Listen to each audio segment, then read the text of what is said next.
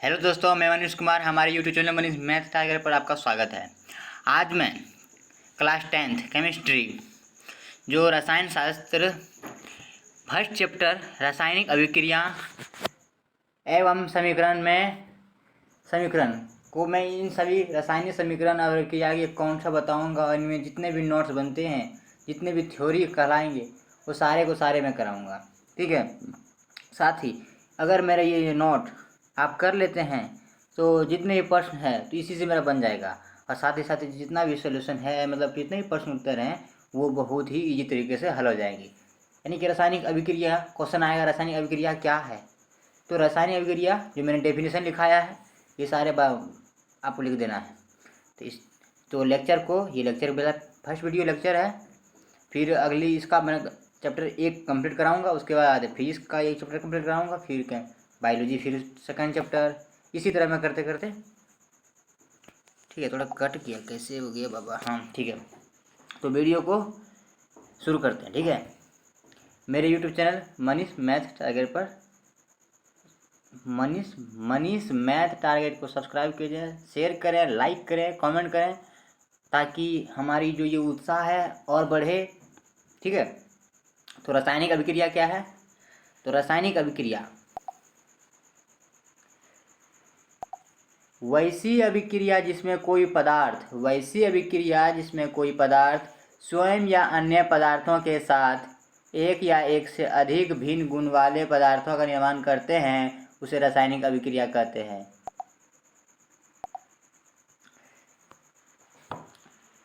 एक बार फिर से समझते हैं। वैसी प्रक्रिया जिसमें कोई पदार्थ स्वयं भी हो सकता है और अन्य पदार्थों के साथ एक या एक से अधिक भिन्न गुण वाले पदार्थों का निर्माण करते हैं। यानी कि कोई एक ऐसा पदार्थ है स्वयं या अन्य पदार्थों के साथ अभिक्रिया कर एक या एक से अधिक गुण वाले पदार्थों का निर्माण करते हैं, उसे रासायनिक अभिक्रिया कहते हैं। ठीक है। तो लेते हैं एक हाइड्रोजन H2। हाइड्रोजन को हम किससे शुरू करते हैं? H2 से शुरू करते हैं। ठीक है। क्लोरीन तो chlorine Cl2 reaction 2CH hydrochloric अम्ल बनाता है। तो क्या करते हैं, इसको संतुलित करेंगे तो 2HCl संतुलित भी, इसके बारे में पढ़ेंगे आगे। अब देखो, रासायनिक अभिक्रिया में अभिकारक मैन है, प्रतिफल मैन है। तो इसके बारे में जानते हैं, अभिकारक क्या है और प्रतिफल क्या है। तो देखते हैं, जो पदार्थ रासायनिक अभिक्रिया में भाग लेकर नए पदार्थ बनाते हैं उसे अभिकारक कहते हैं। देखिए, टाइपिंग करने में मिस हो गया तो लिख लीजिएगा आप लोग, कहते हैं। ठीक है। और अब जानेंगे अभिकारक जो पदार्थ रासायनिक अभिक्रिया में भाग लेकर नए पदार्थ बनाते हैं उसे अभिकारक कहते हैं। जो भाग लेकर बनाए उसे अभिकारक कहते हैं। जो भाग लेते हैं अभिक्रिया में उसे अभिकारक कहते हैं। अब प्रतिफल क्या है?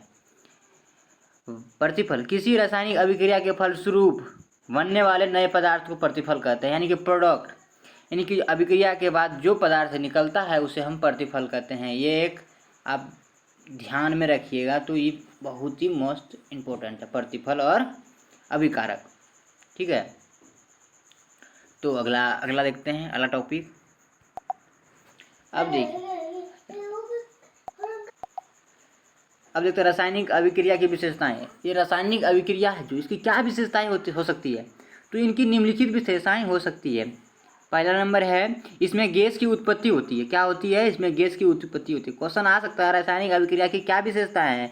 तो इनकी विशेषताएं लिख सकते हैं। इसमें गैस की उत्पत्ति होती है, इसमें अपक्षेपण बनती है, इसमें रंग परिवर्तन होता है, इसमें ताप परिवर्तन होता है, इसमें अवस्था परिवर्तन होता है। ये रासायनिक अभिक्रिया की विशेषता है। ये सारी अभिक्रिया होने के पूर्व, अभिक्रिया होने के बाद ये सारी घटनाएं होती है। तो इनकी विशेषताएं यही हुई। तो ये पूछ भी सकता है क्वेश्चन में। ठीक है, इसको अपने को नोटबुक में नोट कीजिएगा प्लीज़। अगला देखते हैं टॉपिक। अब देखिए, रासायनिक समीकरण क्या है? किसी रासायनिक अभिक्रिया में भाग लेने वाले पदार्थों के संकेतों एवं सूत्रों की सहायता से अभिक्रिया के संक्षिप्त रूप को रासायनिक समीकरण कहते हैं। अगर किसी रासायनिक अभिक्रिया में कोई भाग ले रहा है, किसी अभिक्रिया में कोई भाग ले रहा है, तो भाग लेने वाले पदार्थों के संकेत एवं सूत्रों की सहायता से अभिक्रिया के संक्षिप्त रूप को रासायनिक समीकरण कहते हैं। एग्जाम्पल के तौर पर देखते हैं, जैसे हाइड्रोजन एवं क्लोरीन का संयोग कर हाइड्रोजन क्लोराइड बनाता है, तो यानी कि hydrogen H2 plus chlorine Cl2 संयोग कर गया, तो रिएक्शन क्या करेगा, संयोग करना रिएक्शन कराएगा, तो क्या होगा, तो हाइड्रोक्लोरियम लोग का HCl इसको संतुलित करते हैं तो 2 आ जाएगा। अब आगे पढ़ेंगे संतुलित के बारे में। चलिए आगे देखते हैं, अगला टॉपिक समझ में आ गया होगा, मुझे आशा है कि आपको ये समझ में आ गया होगा जितने भी मैंने बताए। आगे देखते हैं रासायनिक समीकरण लिखने के नियम। अब देखिए रासायनिक समीकरण तो हमने जाने कि इसको संकेतों के रूप में लिखा जाता है, लेकिन इसके लिखने का नियम क्या है, इसको भी थोड़ा पढ़ लेते हैं, और ये मुझे आशा है कि आप इसे पढ़ने से समझ जाएंगे ताकि आपको आगे दिक्कत ना हो। अभिकारक को संकेत या सूत्रों के रूप में बाईं ओर लिखा जाता है। अभिकारक जो मैंने बताया था पिछली वीडियो में, अभिकारक अभिक्रिया के पहले भाग लेते हैं, अभिकारक कहलाते हैं। तो अभिकारक के संकेतों या सूत्रों के रूप में जब लिखेंगे तो उसे बाईं ओर लिखेंगे, रिएक्शन के तीर के बाएं इधर लिखेंगे, बाईं ओर लिखेंगे। और प्रतिफल के संकेतों या सूत्रों के रूप में दाईं ओर लिखेंगे, यानी कि तीर के इधर होगा तो इधर हम लिखेंगे प्रतिफल, ठीक है, और इधर अभिकारक। अगला देखते हैं, अभिकारक प्रतिफल के सूत्रों के बीच, यहाँ पे सॉरी, यहाँ पे मिस्टेक हो गया, ये नहीं होना चाहिए, कुछ मिला देते हैं इसको। अब देखिए, अरे यार, हाँ, अभिकारक प्रतिफल के सूत्रों के बीच में घन चिन्ह लिखा जाना चाहिए। अभिकारक के बीच, प्रतिफल के सूत्रों के बीच घन चिन्ह लिखा जाना चाहिए, यानी कि मैंने जो घन चिन्ह दिया, यानी कि एक से अधिक रिएक्शन करता तो यहाँ पे भी प्लस करते, फिर जो देना जो रिएक्शन करता मेरा वो लिखाता। अब देखिए चौथा नंबर, अभिकारक एवं प्रतिफल के बीच तीर निशान का प्रयोग करना चाहिए। अभिकारक मेरा ये है और प्रतिफल मेरा ये है, तो इसके बीच में क्या पड़ा, रिएक्शन सूचित करते हैं, तो तीर से सूचित करते हैं। तो आगे टॉपिक पढ़ते हैं। मुझे आशा है कि ये आपको समझ में आते हो रहे हैं, दिमाग में कंसेप्ट कीजिए, समझिए और बैठा कर रखिए। आगे देखते हैं, ये मैंने बताया था संतुलित असंतुलित, इसके बारे में विशेष रूप से जानते हैं। असंतुलित क्या है, यानी कि ये तुलना में नहीं है, सिंपल सी बात है, ये तुलना में नहीं है। एक तराजू लेते हैं,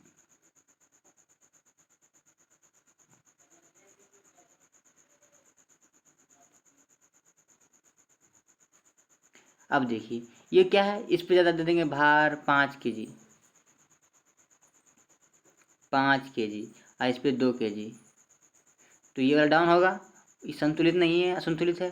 जब ये 5 kg हो जाएगा, ये भी 5 kg दिखा, संतुलित होगा कि नहीं होगा, तो इसको वही समझना है। इसको हटा देते हैं, साफ कर देते हैं, ताकि समझने में आपको परेशानी ना हो। देखिए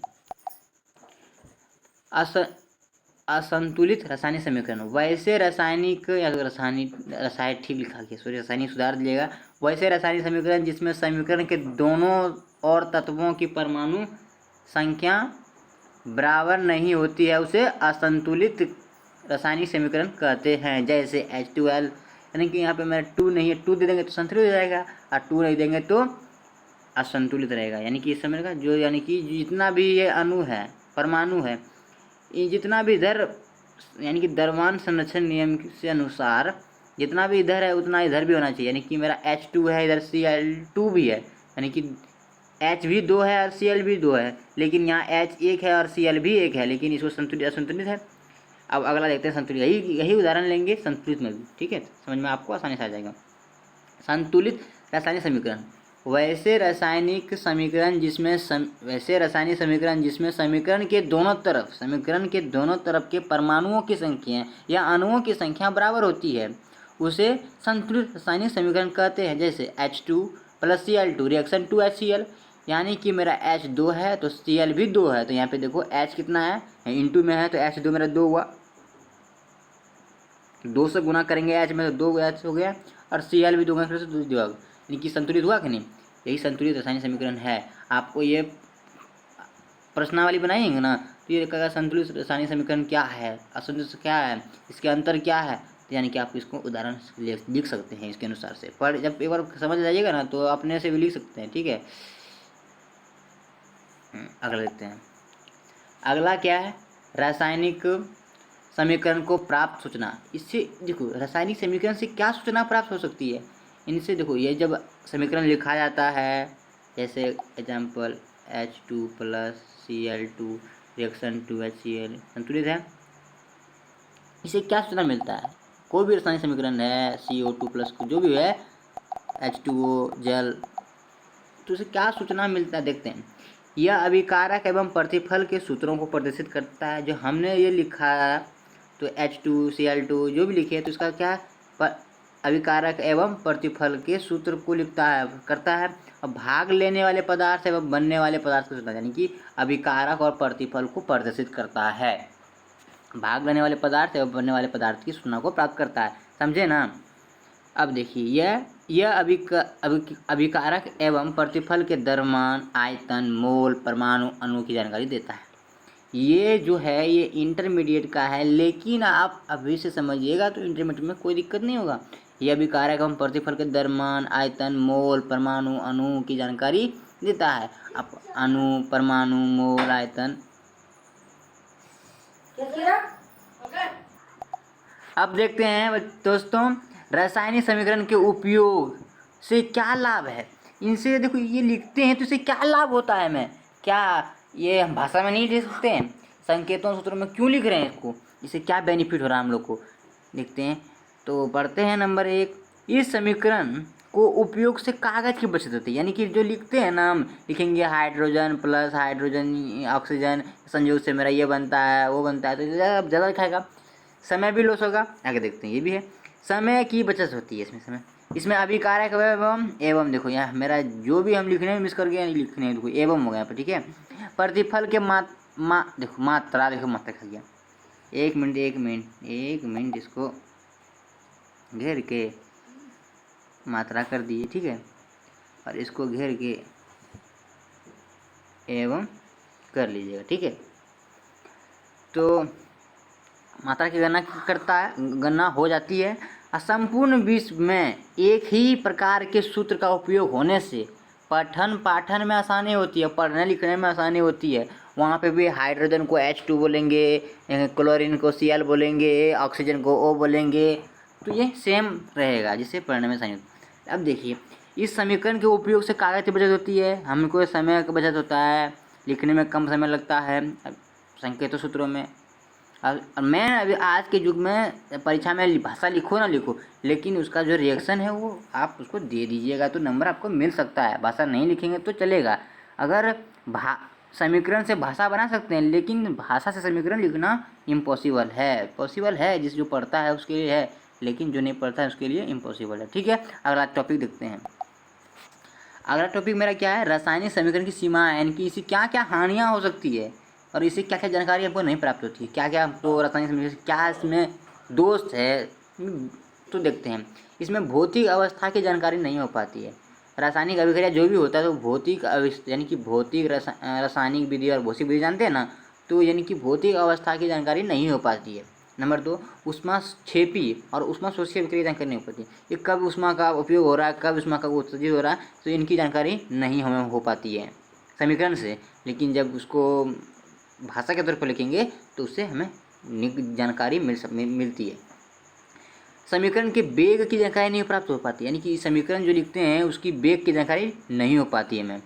अभिक्रिया की दशा की जानकारी नहीं हो पाती है, लेकिन अभिक्रिया की किस दशा में हो रही है, क्या वायु में हो रही है कि जल में हो रहा है कि आग में हो रहा है, ये दशा की जानकारी नहीं हो पाती है। इसीलिए मुझे उम्मीद है कि आप मेरे जो बताया जा रहा समझ रहे हैं, और अपने बुक को भी नोटबुक को पढ़िएगा तो बेहतर समझ में आएगा। दोनों कॉन्सेप्ट क्लियर जब हो जाएंगे तो आगे आपको आसानी होगा। अब अगला टॉपिक है मेरा रासायनिक समीकरण के उपयोग से लाभ। तो रासायनिक समीकरण के उपयोग से लाभ, यानी कि इसका जो उपयोग है हमारे जीवन में कितने प्रकार के उपयोग है, इससे क्या क्या बेनिफिट होता है और हमारे दैनिक जीवन में भी ये काम आता है। तो देखते हैं रासायनिक अभिक्रिया के प्रकार। अब देखिए रासायनिक प्रक्रिया के रासायनिक अभिक्रिया के प्रकार 10-15 तक हो सकते हैं, लेकिन जो मुख्य होते हैं 2-4-5 वो है, लेकिन हम 10-15 को भी पढ़ेंगे और इसमें आगे देखेंगे। जो अगला टॉपिक देखते हैं ए नंबर में क्या है। मेरा 1 नंबर में मेरा देखिए रासायनिक अभिक्रिया के प्रकार में पहला प्रकार मेरा है एक टॉपिक संयोजन या संश्लेषण। संयोजन भी कर सकते हैं, संश्लेषण भी कर सकते हैं। यह अभिक्रिया क्या है, आपको क्वेश्चन में कह सकता है संयोजन या संश्लेषण अभिक्रिया क्या है, इसके उदाहरण दें। तो उदाहरण आप दे दीजिएगा, देखते हैं, पढ़ते हैं, समझिएगा क्वेश्चन को। वैसे रासायनिक अभिक्रिया जिसमें 2 या 2 से अधिक पदार्थ परस्पर संयोग करके नए गुण वाले पदार्थों का निर्माण करते हैं, उसे संयोजन अभिक्रिया कहते हैं। देखिए क्या कह रहा है, अगर कौन ध्यान से पढ़िए। वैसे रासायनिक अभिक्रिया जिसमें 2 या 2 से अधिक पदार्थ 2 या 2 से अधिक पदार्थ परस्पर संयोग करके नए गुण वाले पदार्थ का निर्माण करते हैं, उसे संयोजन अभिक्रिया, यानी कि 1 हुआ 2 या 2 से इससे भी अधिक हम रिएक्शन करके और एक नए गुण वाले पदार्थ का निर्माण करते हैं। गुण वाला निकला ना, ये कार्बन है, ये जल है, ये कार्बन है, ये जल है, सॉरी ये कार्बन है, ये ऑक्सीजन है। तो दोनों को जब हम साथ में मिलाएंगे तो क्या मेरा बनेगा कार्बन डाइऑक्साइड, जो हमारे लिए बहुत ही मतलब हमारे लिए उपयोगी नहीं है, पेड़ पौधों के लिए उपयोगी है। कार्बन डाइऑक्साइड बन गया, तो यानी कि एक विशेष गुण वाला बन जाता है 2 पदार्थ मिलकर के। और वही वियोजन उसका विपरीत है। देखते हैं वियोजन या अपघटन अभिक्रिया, ये दोनों मोस्ट इंपॉर्टेंट क्वेश्चन है। ये आपको परीक्षा में टपकेगा। 5 नंबर फिक्स कर लो इसके लिए, ठीक है। देखते हैं वियोजन या अपघटन अभिक्रिया, वैसी रासायनिक अभिक्रिया जिसमें यौगिक के अणु के टूटने पर, देखिए पूर्व लिखा गया है, क्या लिखा जाता है समझ में नहीं आता। चलिए, यौगिक के अणु के टूटने से 2 या 2 से अधिक नए गुण वाले सरल यौगिक बनते हैं, जिसे वियोजन या अपघटन अभिक्रिया कहते हैं। देखिए कहने तो कहते क्या सब करता है, टाइपिंग करने में मिस हो जाता है, कहते हैं, ठीक है। अब देखिए वैसे रासायनिक अभिक्रिया जिसमें यौगिक, यानी कि ये यौगिक बन गया, यही यौगिक को यहाँ ला देती है। तो यानी दूसरा उदाहरण ले लिए हैं, तो यहाँ पे ला सकते हैं CO2 भी ला सकते हैं, C+O2 ला सकते हैं, लेकिन हम दूसरा उदाहरण मान लिया, कोई बात नहीं, चलेगा।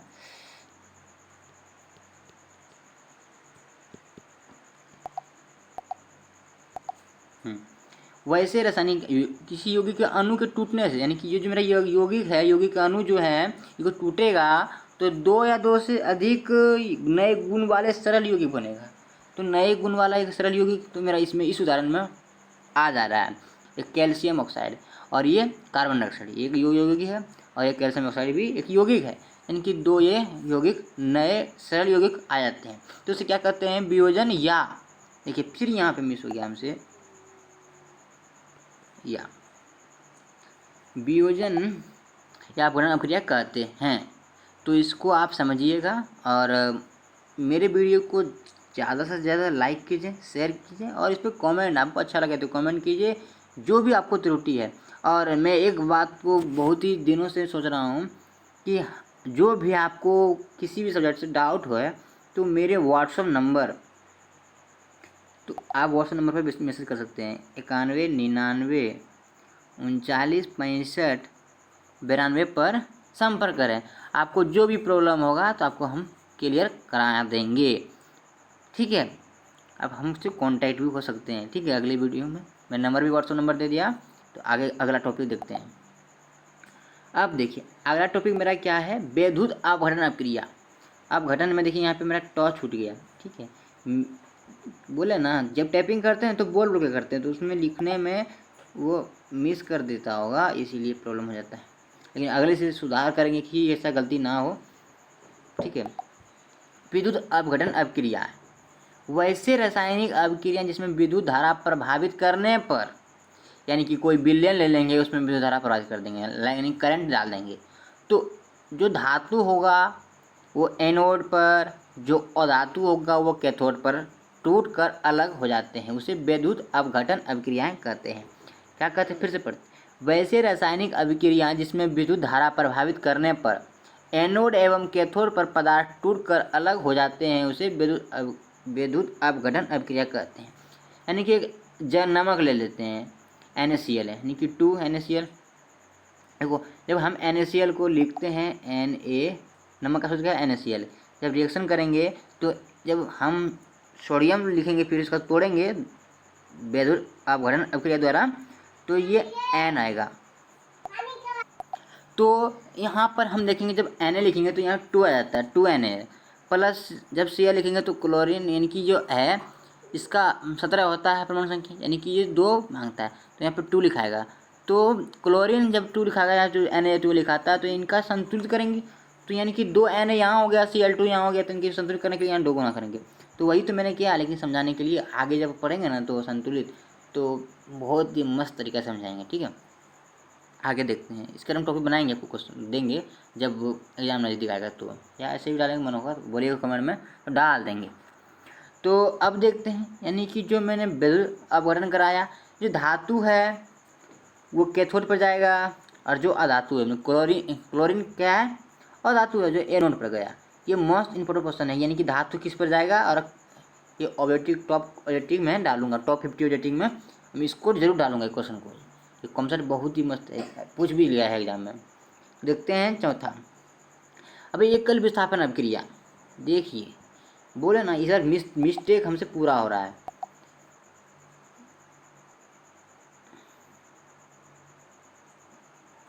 क्या बोले इस पर, क्या सर बोल बोल के टाइपिंग किया ना, इसीलिए हमको मिस्टेक ज़्यादा हो रहा है, इसीलिए अब कल से बोल बोल के नहीं करेंगे और अपने से करेंगे। ठीक है, हाथ से लिख करके, ऐसे बोल बोल के लिखते तो लिखा जाता था, तो हाथ से भी करके लिखेंगे। ठीक है, एकल विस्थापन अभिक्रिया वैसी रासायनिक अभिक्रिया जिसमें किसी यौगिक में उपस्थित परमाणुओं को दूसरे परमाणुओं द्वारा विस्थापित कर दिया जाता है, उसे एकल विस्थापन अभिक्रिया करते हैं। इसको समझने के लिए पर एक उदाहरण समझिए हमसे, यानी कि हमारे गांव में कोई एक अच्छे आदमी होते हैं, ताकतवर आदमी होते हैं, और उससे भी कमजोर एक ताकतवर होता होगा। यानी कि एक परिवार है, देखते हैं उदाहरण स्वरूप, एक परिवार है, एक फिर एक है, फिर एक है, फिर एक है, फिर एक है, फिर एक है, 1 2 3 4 5 6 हुआ। लेकिन इधर देखिए, इधर एक परिवार है तो एक इतना बड़ा है, यानी कि ये जब इसको जब मारेगा, एक आदमी किसी एक को मारेगा तो एक उड़ के कहीं जाएगा, ये ना ये उड़ के जाएगा कहीं, और उसके जगह पर ये आ जाएगा कि मेरा ज़मीन हो गया, ये मेरा घर हो गया, मेरा वो हो गया, हथियार लेगा। तो वही यहाँ पे सेम कंडीशन है, इसको समझिए, साफ करने दीजिए। वही एफ ही है मेरा लोहा, एफ ही मेरा लोहा हो गया, CuSO4 कॉपर सल्फेट रिएक्शन। अब देखिए, यानी कि जो ये मेरा Cu है ये कमज़ोर है Fe से, इसीलिए Fe से कमज़ोर है, तो ये इसको धक्का मारेगा Cu को, तो Cu फुटक निकल गया, फुटक गया, और Fe ये SO4 बन गया, यानी कि फेरस सल्फाइड बन गया। यही तो एकल विस्थापन अभिक्रिया है, यानी कि कोई भी ऐसा इससे बरिया होगा, ताकतवर होगा, तो धक्का मारेगा, इधर बगल में हो जाएगा और उसके जगह पर ये ले लेगा।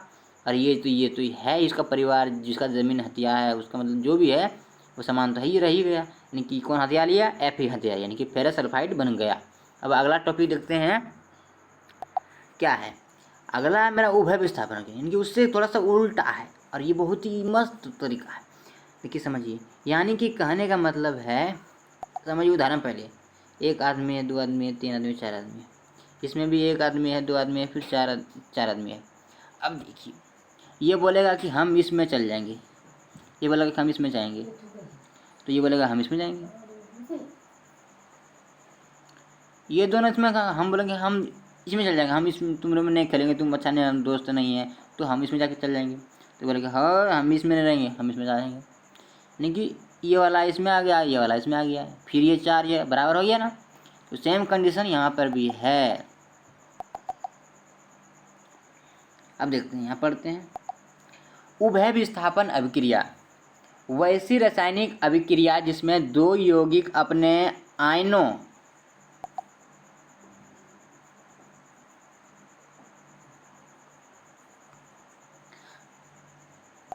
आयनों का आदान प्रदान करके दो नए यौगिक निर्माण करते हैं, उसमें उसे उभय विस्थापन अभिक्रिया करते हैं। यानी कि जो ये आयन है, इसमें जो भी भाग लिया है, इसमें भी जो भाग लिया है, अपने आयनों का आदान प्रदान करके एक नए यौगिक बनाता है। यानी कि जो भी यौगिक है और जो भी एक आदमी है, ये राम हुआ, ये आम हुआ, तो यानी कि राम बदलेगा तो आम, मतलब रिएक्शन होगा कि नहीं होगा, ये यहाँ आएगा, यहाँ आएगा, तो ये वही यहाँ पे इसका जो आयन होगा एक नए यौगिक बनाएगा, यानी कि नए नाम एक निर्माण करेगा।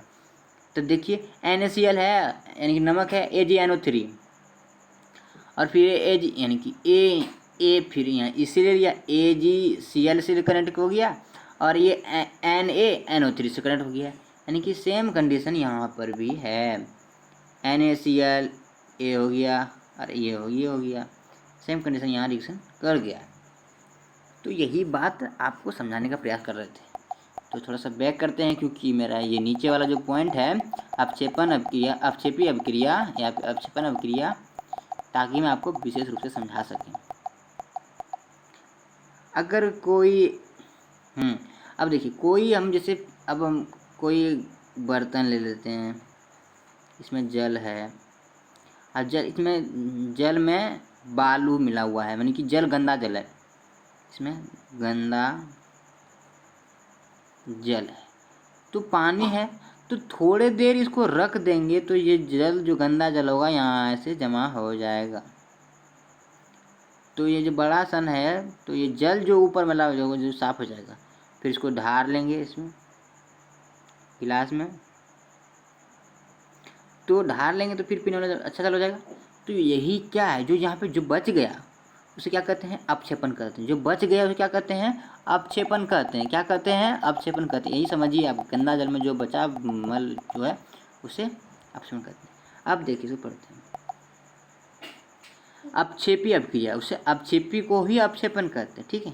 तो वैसे रासायनिक अभिक्रिया जिसमें कोई प्रतिफल ठोस के रूप में विलयन से अलग हो जाती है, तो उसे अपक्षेपण अभिक्रिया कहते हैं। जैसे NaCl AgNO3 AgL, यानी कि यहाँ पे जो मेरा AgL है यहाँ पे वो अपक्षेप के रूप में बच जाता है, तो इसलिए यानी कि ऐसे मैंने कर दिया निशान, ये मेरा अपक्षेप के रूप में निशान आया, ठीक है। ये जहाँ ऐसे होगा, यानी कि जो अपक्षेप हो रहा है तो ऐसे कर देंगे। जो उड़ रहा है ऊपर, हाइड्रोजन आगे देखेंगे ना, H2 ऊपर उड़ेगा, यानी कि ऊपर ऐसे करेंगे और ये नीचे ऐसे करेंगे, ठीक है। तो इसको बारे में बताएंगे हम आपको, टेंशन नहीं लीजिए। तो NO3 हो गया, सेम रिएक्शन यहाँ पर भी है। तो आगे देखते हैं अगला टॉपिक मेरा क्या है। अब देखिए दोस्तों, अगला टॉपिक मेरा उदासीन अभिक्रिया है। ये उदासीन क्या है, ये उदास है, बच्चा उदास है, यानी कि जल है उदासीन। जल का pH मान कितना होता है, 7 होता है, और जल का रंग क्या होता है, रंगहीन होता है, और जल एक उदासीन विलयन है। जल एक, देखते हैं लिखते हैं, जल एक उदासीन विलयन है। तो अब देखिए इसके बारे में, वैसे रासायनिक अभिक्रिया जिसमें कोई प्रतिफल, जिसमें कोई अम्ल किसी भस्म के साथ अभिक्रिया कर लवण और जल बनाते हैं, उसे उदासीनीकरण अभिक्रिया कहते हैं। अब देखिए इसमें क्या कनेक्ट है, बात को समझिए और कॉन्सेप्ट को समझिए। नहीं समझ में आए तो वीडियो को रोक करके फिर से पीछे करके देख सकते हैं, ठीक है। देखिए, तो NaHCl ये मेरा हाइड्रोक्लोरिक अम्ल है, ये अम्ल हुआ मेरा, और ये NHO हाइड्रोक्साइड, यानी कि ये भस्म हुआ। अम्ल और भस्म जब अभिक्रिया करेगा तो लवण और जल बनेगा। तो लवण क्या है, NaCl मेरा एक लवण है और H2 एक मेरा जल है। तो यानी कि यही इसमें कॉन्सेप्ट है, ठीक है। अब देखते हैं प्रकाश रासायनिक अभिक्रिया। ये प्रकाश की उपस्थिति में अभिक्रिया जो होती है तो प्रकाश रासायनिक अभिक्रिया कहते हैं। अब पढ़ते हैं इसके बारे में, जानते हैं और समझाने का प्रयास करते हैं। वैसे रासायनिक अभिक्रिया जिसमें कोई अभिक्रिया प्रकाश की उपस्थिति में घटित होती है, बोले ना कि प्रकाश की उपस्थिति में जो होगा उसे प्रकाश रासायनिक अभिक्रिया कहते हैं। तो वैसे रासायनिक अभिक्रिया जिसमें कोई अभिक्रिया प्रकाश की उपस्थिति में घटित होती है उसे प्रकाश रासायनिक अभिक्रिया कहते हैं। यानी कि H2 + Cl2 सूर्य का प्रकाश, रिएक्शन टू HCl। तो इसका उदाहरण ये भी हो सकता है C + O2 रिएक्शन सूर्य का प्रकाश रिएक्शन क्या करेगा, CO2। तो ये और भी उदाहरण है प्रकाश संश्लेषण की, जो मैंने पिछले पढ़ाया था लेक्चर जीव विज्ञान में भी, तो उसमें भी जो मैं वही सेम कंडीशन इसमें भी है, ठीक है। तो प्रकाश रासायनिक अभिक्रिया हो गया, यही तो मेन चीज़ है। और आगे हम देखते हैं, बस थोड़ा सा ही है और ज़्यादा नहीं है। दोस्तों आप देखिए ऑक्सीकरण अब की है, यानी कि जिसमें ऑक्सीजन का संयोग हो और हाइड्रोजन का वियोग है। कॉन्सेप्ट समझिए, जिसमें ऑक्सीजन का संयोग होगा वो ऑक्सीकरण अपक्रिया, और जिसमें हाइड्रोजन का वियोग होगा वो ऑक्सीकरण अपक्रिया। जिसमें हाइड्रोजन का संयोग होगा और ऑक्सीजन का वियोग होगा, तो इसमें उल्टा है, इसका उल्टा है, इसका उल्टा है। तो ये समझने का प्रयास कीजिएगा ना, तो कोई उल्टा सीधा नहीं, बस इजी है। देखो ऑक्सीकरण अपक्रिया, तो ऑक्सीकरण वैसी रासायनिक अभिक्रिया जिसमें किसी तत्व या यौगिक से ऑक्सीजन का संयोग, वह यहाँ पे वह देखो बोले ना, इस बार हमारा टैपिंग मिस हो रहा है, क्या बोले, हाँ, हाइड्रोजन का वियोग होता है, उसे ऑक्सीकरण अभिक्रिया कहते हैं। C+O2 यानी कि CO2, इसमें O2 जो मेरा है ये संयोग कर रहा है ना इसमें, तो वही तो मेरा हो गया। अब देखिए मेरा क्या है, अपकरण किया वैसे रासायनिक अभिक्रिया जिसमें किसी तत्व यौगिक से ऑक्सीजन का वियोग हाइड्रोजन का संयोग होता है, उसे अपकरण कहते हैं। इनकी टैपिंग में इस बार मिस हो गया है,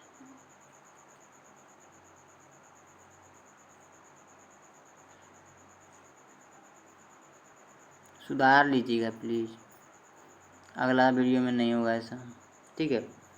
तो अब देखते हैं आगे, बताते हैं उसे अपकरण। इसमें हाइड्रोजन जो है, हाइड्रोजन का संयोग हो रहा है, हाइड्रोजन का संयोग हो रहा है ना, तो यही तो मेरा है, उसमें O2 का संयोग हो रहा था। तो यानी कि जिसमें हाइड्रोजन का संयोग होगा वो अपकरण, जिसमें ऑक्सीजन का संयोग होगा ऑक्सीकरण। यही मेन पॉइंट है, ये दोनों ही MI है, मोस्ट इम्पोर्टेंट है, ये ऑब्जेक्टिव में पूछा जाता है। तो अगला टॉपिक देख लेते हैं, अगर रुकिए। चलिए अब देखते हैं रेडॉक्स अभिक्रिया। मेरा ये रेडॉक्स क्या, जिसमें ऑक्सीकरण अभिक्रिया और अपक्रिया साथ साथ होती है, उसे रेडॉक्स अभिक्रिया कहते हैं। ऑक्सीकरण भी होगा और अपकरण भी होगा। अब देखते हैं वैसे अभिक्रिया जिसमें ऑक्सीजन एवं अपकरण दोनों अभिक्रिया साथ साथ होती है, उसे रेडॉक्स अभिक्रिया कहते हैं। फिर देखते हैं CuO+H2 यानी कि Cu, यहाँ से मेरा हाइड्रोजन, देखिए एक मिनट, यहाँ से हाइड्रोजन संयोग हो रहा है और यहाँ मेरा जो हाइड्रोजन ये O है, यहाँ पे विचलित हो रहा है, लेकिन यहाँ जुड़ रहा है, यहाँ जुड़ रहा है, यहाँ अलग हो रहा है, यहाँ हाइड्रोजन अलग हो रहा है, यहाँ जुड़ रहा है। तो सेम कंडीशन यानी कि रेडॉक्स अभिक्रिया हुआ। अब देखिए उत्क्रमणीय अभिक्रिया, इस अभिक्रिया में क्या है, उत्क्रमणीय अभिक्रिया वैसे रासायनिक अभिक्रिया जिसमें कोई अभिकारक प्रतिफल में परिवर्तन के बाद पुनः प्रतिफल अभिकारक में परिवर्तन हो जाते हैं, अर्थात बाल्टी अभिक्रिया के साथ साथ होती है, उसे उत्क्रमणीय अभिक्रिया कहते हैं। देखिए उल्टी बाल्टी बोल, देखो बोले ना कि गलती इस बार हमारा हो रहा है, तो अगला वीडियो में नहीं होगा, ठीक है, सुधार देते हैं। अब देखिए वह उल्टी अभिक्रिया साथ साथ होती है, जैसे हमने तुमको मारा, इसमें क्या है, हमने तुमको मारा तो तुमने हमको मारा, मैंने मारा एक थप्पड़, तूने मारा एक थप्पड़, सेम बात बराबर। तो पढ़ते हैं अभिक्रिया के साथ से। 30 मिनट का वीडियो हो गया है, ठीक है। थोड़ा बच्चों बोले ना कि बोर ना हो जाए, थोड़ा कॉमेडी चलता है, तो अर्थात बाल्टी उल्टी अभिक्रिया से साथ होती है, जैसे H2NH3NH2 अमोनिया, ये सेम कंडीशन चलता रहता है, ठीक है। तो आगे देखते हैं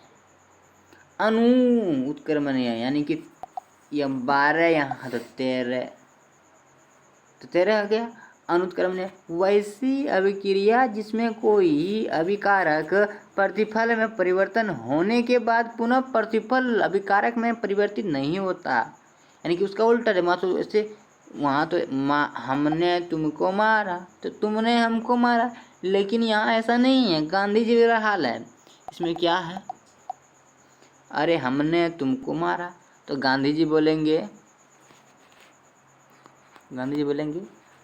ये मार लो तो यानी कि हम तुमको नहीं मारेंगे, तुम मार लो।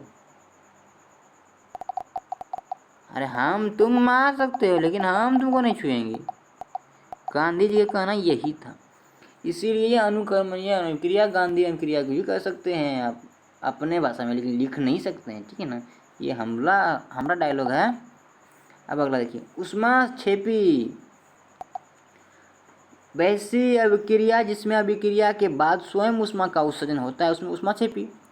अरे कोई अभिक्रिया कराएंगे जिसमें ऊष्मा निकलेगा। अब देखो ये जो घर में देखिए साधारण है, घर में चूना देखे होंगे। अब देखिए ये बोले ना कि चूना घर में होता है। देखिए चूना जब इसको पुताई करते हैं दीवार पर, इसमें जल मिलाते हैं। जब चूना जल, देखो चूना का सूत्र क्या है CaO और जल का क्या है H2O। जब रिएक्शन जब मिलाएंगे तो क्या होगा, कैल्शियम हाइड्रोक्साइड।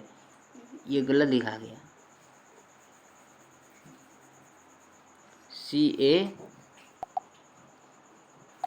देखिए कैल्शियम और जल मिलाएंगे तो क्या होगा, कैल्शियम हाइड्रोक्साइड प्लस ऊष्मा Ca2OH फिर 2 नीचे इसका मतलब लगता है 12 तो प्लस ऊष्मा, यानी कि ये होगा। ये जल मिलाएंगे तो और ऊष्मा भी निकलेगा तो पूरा बदबल करने लगता है, फल से फुल्का निकलने लगता है। क्या निकलता है, हाइड्रोजन गैस निकलता है, ठीक है ना। तो ठीक है, अगला टॉपिक में देखते हैं हम क्या है। ऊष्माशोषी अभिक्रिया जिसमें ऊष्मा लगता है, अभिक्रिया करने के लिए ऊष्मा लगता है, क्या होता है ऊष्माशोषी। वो छींक भी आ जाता है, क्या करें। वैसी अभिक्रिया जिसमें अभिक्रिया कराने के लिए ऊष्मा बाहर से देना आवश्यक होता है उसमें ऊष्माशोषी अभिक्रिया कहते हैं। ऊष्माशोषी वैसी अभिक्रिया जिसमें अभिक्रिया कराने के लिए ऊष्मा बाहर से देना पड़ता है, उसे ऊष्माशोषी। जैसे पानी को गर्म करते हैं तो उसमें आग जलाना पड़ता है ना, तो उसी प्रकार इसमें अभिक्रिया करने के लिए ऊष्मा देना पड़ता है। ऊष्मा का सिंबल क्या है, एक बार जान लीजिए। ऊष्मा का सिंबल एक त्रिभुज के आकार का है, तो इसको पढ़ते हैं 2CuFeS2 प्लस O2 रिएक्शन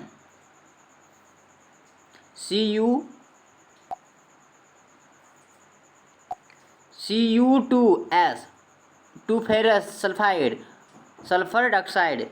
तो ये मेरा रिएक्शन करता है इसको जलाने के बाद, ठीक है। ये सब जो हार्ड है लेवल का है, लेकिन समझ नहीं पाइएगा इससे जब तक क्लास ऑफलाइन नहीं हो पाती। तो ये आगे चलते चलते समझ में आ जाएगा आपको, उम्मीद है, ठीक है। दहन, अब आते हैं दहन। अब देखिए उसमें 15 प्रकार मैंने पढ़ा दिया। ये 15 प्रकार आप दिमाग में रखते हैं तो ये जो इसमें जो जितने भी ऑब्जेक्टिव क्वेश्चन है ये इसी 15 से पूछा जाता है और कहीं से पूछा नहीं जाता है। ये 15 उदाहरण से ही 15 प्रकार से ही पूछा जाएगा, ये मेरा 100% गारंटी है। एग्जाम में पूछेगा तो ये 15 से ही पूछेगा, ठीक है। अब आते हैं दहन। ये मैंने 8 क्लास में पढ़ा था और आप लोग भी पढ़ेंगे क्लास में। तो देखते हैं अब इस बार इसमें दहन कैसी क्या है, क्या इसमें क्या डिफिकल्टी है, तो आगे देखते हैं, ठीक है। दहन क्या है, जो ज्वाला होगा दहन वही कहलाएगा। दहन पढ़ते हैं परिभाषा।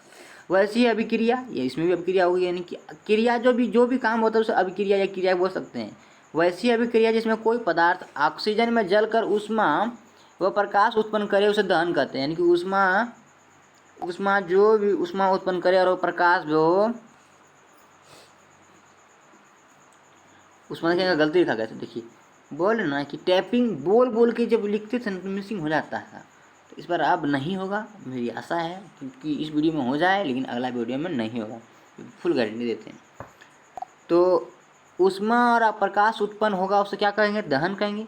अब देखिए ये जो बोले ना कि दहन के लिए आवश्यक शर्तें क्या है, तो पिछले क्लास में हम जीव विज्ञान जब पढ़ा रहे थे तो पौधों में प्रकाश संश्लेषण के लिए क्या क्या शर्तें हैं, तो उसमें भी हमने 4 टॉपिक लिखाए थे। तो जल का होना, भाई उसी में कार्बन डाइऑक्साइड, जल, क्लोरोफिल, सूर्य का प्रकाश। तो उसी में सेम कंडीशन इसमें भी है। दहन के लिए आवश्यक शर्तें हैं 3 प्रकार के, ये पूछेगा। MI क्वेश्चन है, क्या है? MI है मोस्ट इम्पोर्टेंट 2022 के लिए, 2022 के लिए, ठीक है। तो दहनशील पदार्थ की उपस्थिति, दहनशील क्या है? इनकी जो जलने वाला होगा पदार्थ वही ना होगा, जैसे नारा हुआ, लकड़ी हुआ, कागज हो गया, ये पोषक तत्वों की प्राप्ति।